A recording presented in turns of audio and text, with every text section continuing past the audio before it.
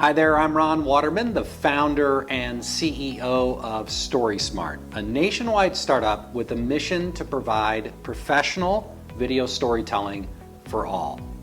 Today, I want to talk about something a little bit different. I'm not going to really talk about video storytelling per se. I'm going to talk about the changing landscape of media and why it's relevant to you and to all of us, really. And honestly, it's the firm foundation on which STORYSMART is built. I think the first blog post I did on our website was that you are Netflix, because I actually believe that. I mean, I believe that you are a media outlet, or you can be a media outlet. That's what I'm doing right now. I may not have a very big audience, but I am a media outlet with this YouTube video and with the companion blog post. And the blog post has, and the video has, the capacity to reach potentially a global audience. How about that? You know, it's unlikely that it will, but it has the ability to do it, and it's free to blog, and it's free to vlog, if you will. So today's post is actually me calling out a friend, a journalist, for a column that he wrote yesterday, and actually calling out a group of journalists, the folks, the editors of the St. Louis Post-Dispatch. I read an article or a column on my phone, and I literally laughed out loud at both the headline and the first part, the lead, the first sentence of the story. And it basically said that, and I'm going to read this here because I wrote it down: streaming only, no TV for Pujols' possible 700 homer game. Okay, so that was the headline, it's a long headline. Streaming only, no TV for Pujols' possible 700 homer game. And I'm like, oh my gosh, is there, I'm like, I just laugh because streaming is TV. I cut the cord 7 years ago. We've been watching television on our TV in all of our house through streaming. We cut the cord, and guess what? Lots of people have cut the cord. Streaming is TV. So the fact that I was reading a newspaper column, but it wasn't actually in a printed, I'm sure it was in the printed paper, but I don't get the paper. I subscribe to the digital only version. I'm reading it on my phone, right? I read it on my desktop. I read it on a computer screen. Well, is that a newspaper? I guess is my question. If you're a columnist for a newspaper, are you really, like, if most of your readers are actually reading it on a screen, should you call yourself a newspaper? I mean, I would say yes. So the point of this post is to kind of call it out. I think it's sort of an 8-track mindset, right? Like there had to be a point, and I wonder when this point was, when record executives, and even that name is funny because they probably at this point, like what are, I know that they're still printing vinyl, because there's people that enjoy listening to things on vinyl, but in the music industry, there had to be a point where somebody made the decision not to put this new album out on 8-track, right? 8-track went the way of the dodo bird, right? The way of the dinosaur, right? And that's just the reality. I had a bunch of Elvis on 8-track, and I would listen to it in our living room or in our RV when we would go on vacation, because we had an 8-track player in our RV. But like everybody else, I migrated. I went from having, I used to buy 45s at the Ben Franklin store, and save up my money, and that's how I used to buy music. I know that people download music today. I made that migration, right, to CDs. But let me get back on point here, which is, Dan, writes about media and sports. And when I was with the St. Louis Cardinals, we would feel sometimes like he was sort of accusing us of things, and he would write these provocative columns. Look, he's a columnist. That's what columnists do. That's what I'm doing here, right? I'm doing a my take on things to illustrate really the changing landscape of media and why it's relevant to you. The practical reality is that media has changed, and Dan, the reason I laughed when I started to read the story is because he positioned Bally's Sports Midwest, which is what I used to know as Fox Sports Midwest. It's the regional sports network. So they pay a bunch of money to the St. Louis Cardinals for the rights to carry the games so that you, as a viewer, can pay to subscribe to it. And you do that through your cable TV, or if you're a streamer like myself, you used to be able to get Bally Sports Midwest by streaming.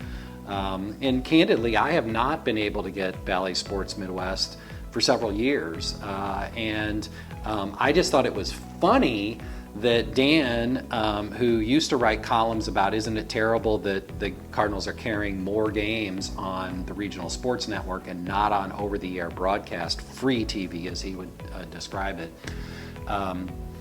Is it really free TV when you're watching all these commercials? Like now, when I watch sports on TV, I get annoyed by all the commercials. My son and I will be, like when we were watching postseason baseball last year, we were like, oh my God, these games are taking forever, and there's so many ads, and it's just annoying. It just is. But we're folks that have been shut out by the changing landscape, in the sense that when the pandemic first started, I realized that Fox Sports Midwest was no longer on my Sling app. I cut the cord 7 or 8 years ago when I was still with the Cardinals. Our IT director showed me how I could get Fox Sports Midwest on the Sling app. I loved it. I saved a bunch of money by getting rid of my cable and just streaming things. And it's been a little bit of an adventure, and there's been some bumps in the road, but I'll never turn back. I love streaming, and I love watching what I want to watch when I want to watch it on any device. That's sort of where I am. I've become bougie as a consumer, and my little guy, Charlie, is the same way. He's like, why Dad? Or the idea of appointment television is just it's hard to wrap your head around when you're 12 years old. But if you're 55 like me, you remember running home to watch Friends and ER, right? And must-see TV. But anyway, I want to point all this stuff out because Apple TV Plus is TV. It is. The first clue is TV is in the name, and you should watch it and tell me whether or not it's television.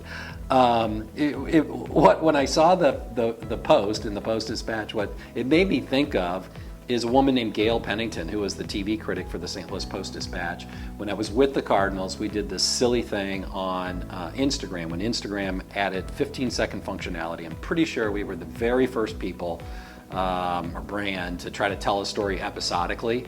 On Instagram. We were doing it to try to get people to follow our Instagram account. At that point in baseball, there were 32 accounts in baseball, and the Cardinals were like 28th. I mean, we were way far behind some of our competitors, and our natural pecking order is to be up in the top 4 or 5. So we made it a mission to do this silly series that was a mockumentary, a takeoff of the TV show The Office. And I had Phyllis Smith. I wrote a script and convinced her to do it. And when we started airing the episodes or posting the episodes to Instagram, I was able to convince the editors at the Post-Dispatch to send Gail over to review it, and she wasn't at all happy about this, by the way. And she let me know that when she was in my office. And she was like, where did you get the idea for the show? And I said, well, Netflix, and I saw a full-page ad in the USA Today, the print version, by the way, urging Emmy voters to vote for House of Cards for an Emmy award. And she's like, Netflix isn't TV. And I was like, what? And she's like, Netflix is not TV. I'm sure she would regret saying that today. But from my vantage point, Netflix is very much TV, Apple TV is TV, Amazon Prime is TV, they're all TV, right? I think YouTube is. I think this technically, depending on how you're watching it, it's sort of a derivation or a variation of it's video, right? And it's video delivered over the internet. And if you decide to watch this, if you're watching this on a Roku device, then your app is an over-the-top app. That over-the-top means the delivery of either video or audio over the internet. And the form of delivery, whether it comes from a tower that's broadcasting it out and you've got rabbit ears and you've got a TV that's picking it up, or you plugged a cable in, which is what he called traditional TV. Not the broadcast, mind you, it's the, hey, somebody's paying for Fox or Bally Sports Midwest. But not streaming. So anyway, enough of piling on. I think the mindset is an 8-track player mindset in a digital world, and I don't want you to have that. I want you to recognize the world as it is, not how it used to be. Recognize how the world is, and why that's relevant to you is you can be telling your own story directly and reaching your audience. And you can do that by hiring a company like ours to help you tell your story in a powerful way that connects authentically with your audience, or doing it yourself. But the practical reality is you can do it yourself. You can connect directly, and you should connect directly. So with that, I'll say stay story smart until next time. I'm Ron Waterman. If you have questions, you want to challenge my way of thinking, feel free to reach out directly. It's always free to talk. And until next time, stay story smart.